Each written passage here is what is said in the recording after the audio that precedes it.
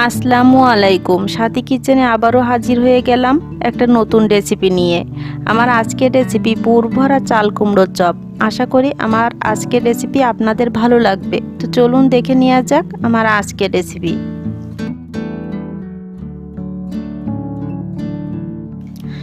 প্রথমে আমি এখানে কিছু চাল কুমড়ো এরকম পিস পিস করে কেটে আবার উপর দিয়ে কেটে পকেট মতো করে নিয়েছি।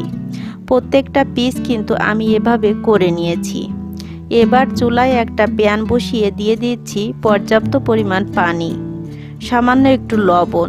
এবার চাল কুমড়ার পিসগুলো পানির মধ্যে দিয়ে দিব, দিয়ে একটা ঢাকনা দিয়ে ঢেকে জাল করব। কুমড়াগুলো কিন্তু একেবারে সিদ্ধ করা যাবে না, জাস্ট একটু ভাপিয়ে নিলেই হবে। এবার একটা স্ট্রেনারে পানিটা ঝরিয়ে নিব। এবার কুমড়ার জন্য পুরটা রেডি করে নিব। তার জন্য এখানে নিয়েছি হাফ কাপ নারিকেল কোড়া, 1 টেবিল চামচ সরিষা, তার মধ্যে 3টা কাঁচামরিচ নিয়ে এগুলো ব্লেন্ড করে নিব। আপনারা চাইলে কিন্তু শিলপাটায়ও বেটে নিতে পারেন। এবার সেই কুমড়োগুলো আমি পানি ঝরিয়ে নিয়েছি। এবার একটা ব্যাটার তৈরি করে নেব। তার জন্য একটা মিক্সিং বোল নিয়ে তার মধ্যে দিয়ে দিচ্ছি 2 টেবিল চামচ আটা, 1 টেবিল চামচ চাউলের গুঁড়া, 2 টেবিল চামচ বেসন, স্বাদ মতো লবণ, হাফ চা চামচ হলুদের গুঁড়া, হাফ চা চামচ চাট মশলা, হাফ চা চামচ বেকিং পাউডার, হাফ চা চামচ শুকনা মরিচ বাটা, দিয়ে দিচ্ছি হাফ চা চামচ গোলমরিচ গুঁড়া। এবার অল্প অল্প পানি দিতে হবে আর মেশাতে হবে, একবারে বেশি পানি দেওয়া যাবে না। বেশ ঘন একটা ব্যাটার তৈরি করতে হবে। এবার দিয়ে দিচ্ছি হাফ চা চামচ কালো জিরা, আপনারা না চাইলে স্কিপ করতে পারেন। এবার চুলায় একটা প্যান বসিয়ে পুরটা রেডি করে নিব।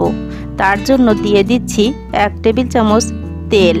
তেলটা গরম হয়ে আসলে দিয়ে দিচ্ছি 1 চা চামচ জিরাটা থেকে একটু স্মেল বের হলে দিয়ে দিব সেই আগে থেকে মিক্সিতে রেডি করে নেওয়া সরিষা নারিকেলের পেস্ট, দিয়ে দিচ্ছি স্বাদ মতো লবণ, হাফ চা চামচ হলুদের গুঁড়া, দিয়ে নেড়ে চেড়ে খুব ভালোভাবে শুকনা করে নিতে হবে। এবার দিয়ে দিব 1 টেবিল চামচ কিশমিশ, আবারও নেড়ে চেড়ে শুকনা করে নিব। যখন প্যানের গা থেকে ছেড়ে আসবে তখন নামিয়ে নিতে হবে।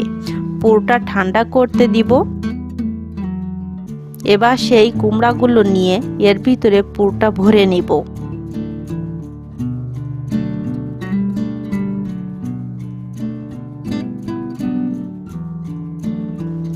আমি আরও একটা পুর ভরে দেখিয়ে দিচ্ছি।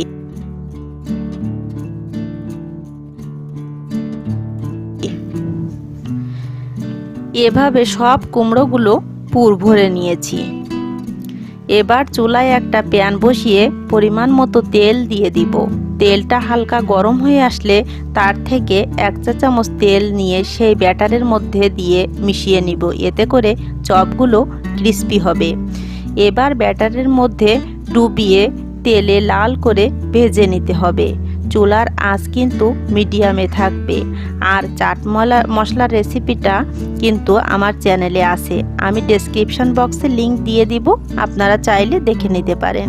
চাট মশলা যে কোনো চপ বা পকোড়া দিলে স্বাদটা বহুগুণে বেড়ে যায়।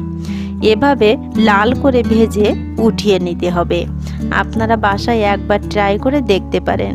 বিকালে চায়ের সাথে, চাইলে গরম ভাতের সাথেও পরিবেশন করতে পারেন। ভেতরে পুর দেওয়ার কারণে খেতে কিন্তু অসাধারণ হয়। আমার রেসিপি যদি আপনাদের ভালো লেগে থাকে তবে প্লিজ চ্যানেলটিতে একটা লাইক দিবেন। আর আপনি যদি আমার চ্যানেলে নতুন হয়ে থাকেন তাহলে চ্যানেলটি সাবস্ক্রাইব করবেন। চাইলে সুন্দর একটা কমেন্টও করতে পারেন। আর আপনি যদি ফেসবুক থেকে আমার রেসিপিটি দেখে থাকেন তাহলে একটা ফলো দিয়ে রাখবেন। আপনি যদি অলরেডি সে কাজটি করে থাকেন তাহলে আপনাকে অসংখ্য ধন্যবাদ। আজ এ পর্যন্ত, পরবর্তী রেসিপি দেখার আমন্ত্রণ রইল। সে পর্যন্ত সবাই ভালো থাকবেন। আল্লাহ হাফেজ। আসসালামু আলাইকুম।